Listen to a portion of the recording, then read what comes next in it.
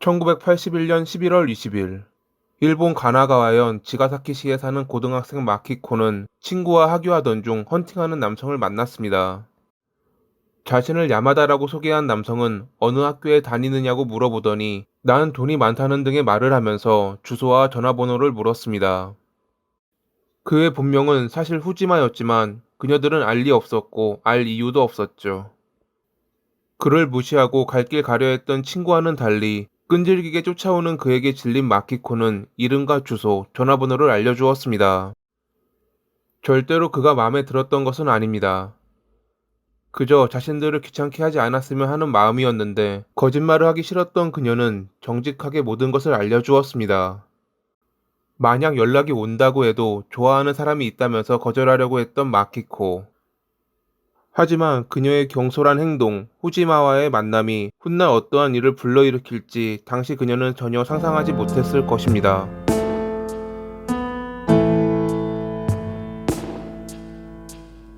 1960년 8월 21일에 가나가와현에서 장남으로 태어난 후지마는 학창시절 친구들과 자주 싸우고 가게에서 도둑질을 일삼았습니다.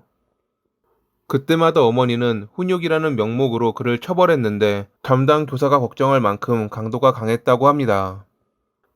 원래 성격도 그랬지만 그런 환경에서 자란 탓인지 그는 항상 거칠었고 초등학교 때는 동급생 여아의 얼굴을 연필로 공격하기도 했습니다. 중학생이 되었을 무렵 가라데 도장에 다녔던 그는 이제는 더 이상 어머니에게 훈육당하지 않고 본인이 역으로 폭력을 휘둘렀습니다.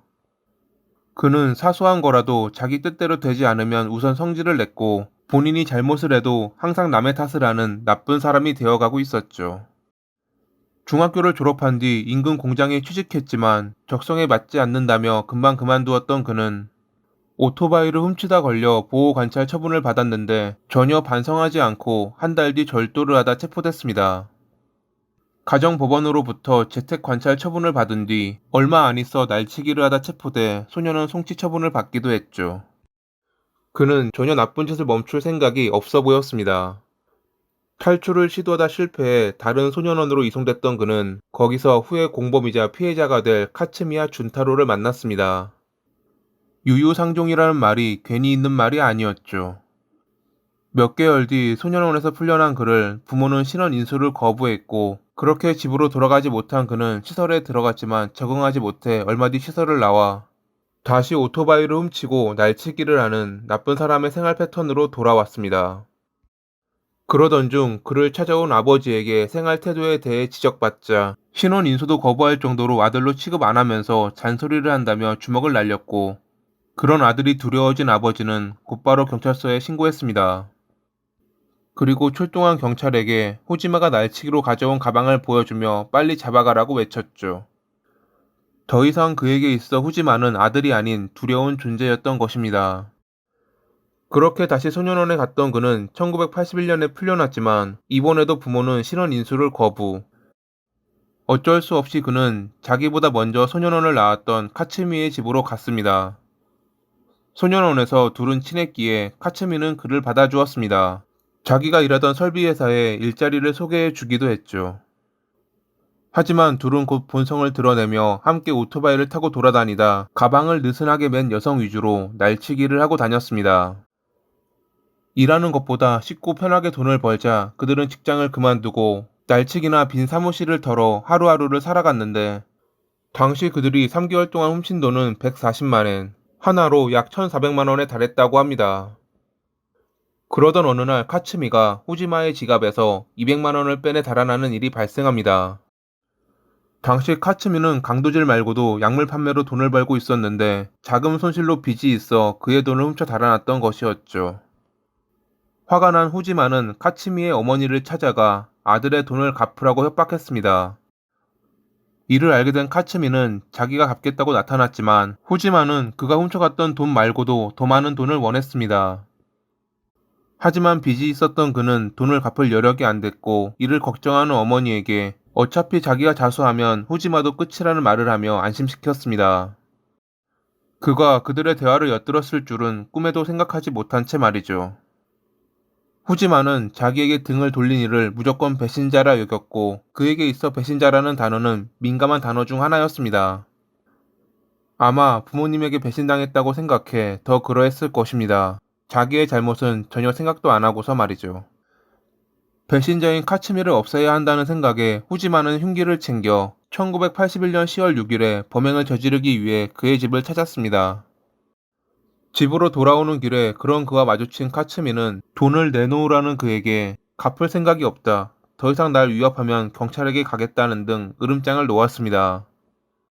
치솟아 오르는 분노를 누른 후지마는 더 이상 만나지 말자는 그에게 마지막 드라이브나 즐기자며 인적이 드문 장소로 유인했고, 오토바이가 이상하다는 핑계로 그를 내리게 한 뒤 인근에 있는 밭으로 데려가 흉기로 공격했습니다.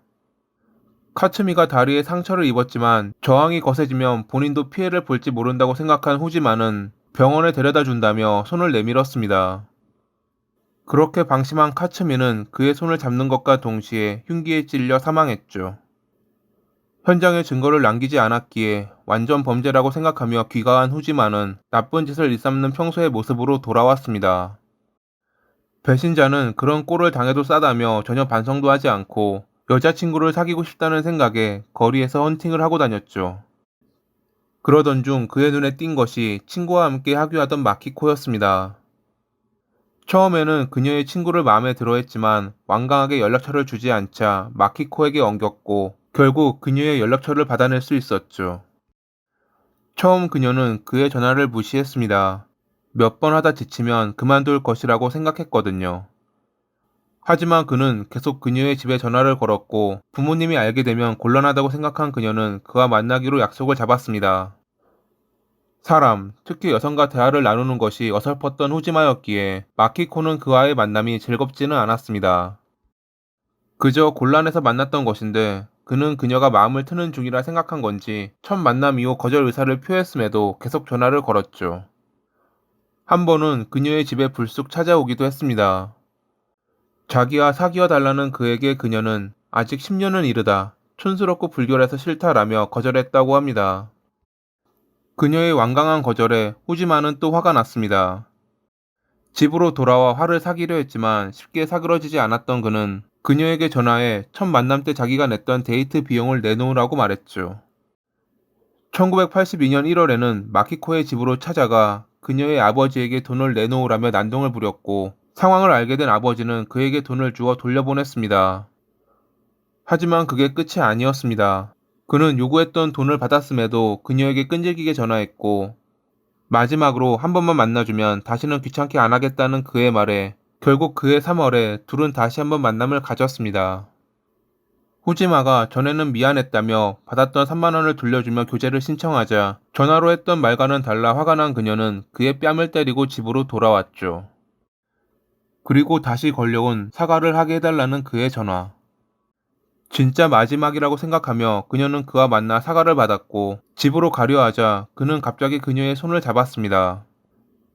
무서움을 느낀 그녀는 교복을 갈아입고 오겠다며 집으로 갔고 집까지 따라와 빨리 나오라고 재촉하는 그의 말을 무시하고 문을 걸어 잠갔습니다. 잠시 뒤 집으로 돌아온 마키코의 어머니는 아직도 볼 일이 있냐며 그를 쫓아냈는데 그 뒤로도 그의 전화는 끊임없이 걸려왔다고 합니다. 집요했던 그가 몇 번 더 그녀의 집에 찾아오자 그녀의 아버지는 경찰에 신고하겠다며 호통을 쳤습니다. 자기를 무시하는 태도, 위협에 결국 분노한 후지마는 그들을 살해하기로 마음먹었고 1982년 5월 27일에 함께 여관에 묵고 있던 소년원 동료인 준타로에게 돈을 훔치러 가자고 꼬드겨 그들의 집으로 향했습니다. 그리고 저녁 8시경 마키코의 집으로 들어가 그녀와 그녀의 어머니, 동생을 살해한 뒤 달아났죠. 그녀의 아버지가 귀가할 때까지 기다릴까 생각도 했지만 범행 당시 소란에 경찰이 출동할까 두려워 바로 나왔다고 합니다.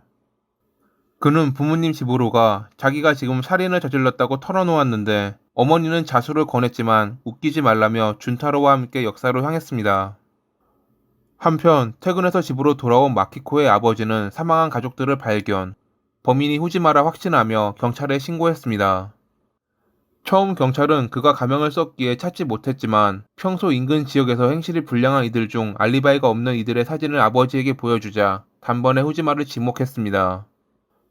그가 묵고 있던 여관으로 가보았지만 이미 그는 준타로와 함께 사라진 상태. 하지만 이 시점에서 그를 살인 혐의로 지명수배할 수는 없었습니다. 현장에는 범인의 것으로 보이는 혈액형과 신발 자국이 남아 있었지만 그가 범인이라는 증거는 아직 없었으니깐요.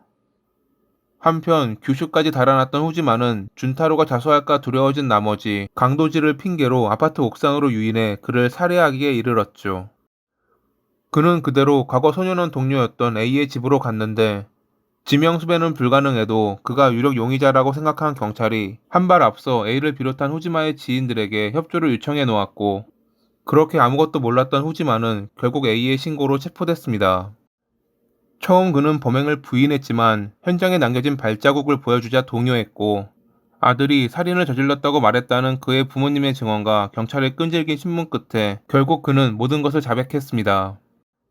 마키코를 포함 그녀의 가족 3명을 살해한 것과 더불어 소년원 동료 2명의 살인 역시 인정했지만 그는 자신의 죄를 반성하지 않는지 법원으로 이송될 때 기자들에게 웃으며 V사인을 보내기도 했죠. 1987년 11월 26일에 열린 재판에서 검찰 측은 범죄 역사상 보기 드문 흉악하고 중대한 사범이라 지적, 엄한 법으로 다스려야 한다며 사형을 구형했습니다. 변호사 측은 그의 정신 이상, 강압적 자백 등을 들먹이며 무죄를 주장했지만 1988년 3월 10일에 요코하마 지방법원은 사형을 선고했습니다. 후지마가 항소하지 않겠다는 의사를 보였음에도 변호사는 억지로 항소를 진행했지만 대법원 역시 1심 판결을 지지해 주었죠. 도쿄 구치소에 수감돼 있던 그는 47살이 되던 해인 2007년 12월 7일에 형이 집행되며 생을 마감했습니다. 학창시절 롤링페이퍼에 나를 잊지 않았으면 좋겠다라고 적었던 후지마. 다른 의미로 소원을 이뤘던 그가 지옥에서 영원히 벗어나지 않기를 바라며 이만 마칩니다. 오늘도 시청해주셔서 감사합니다.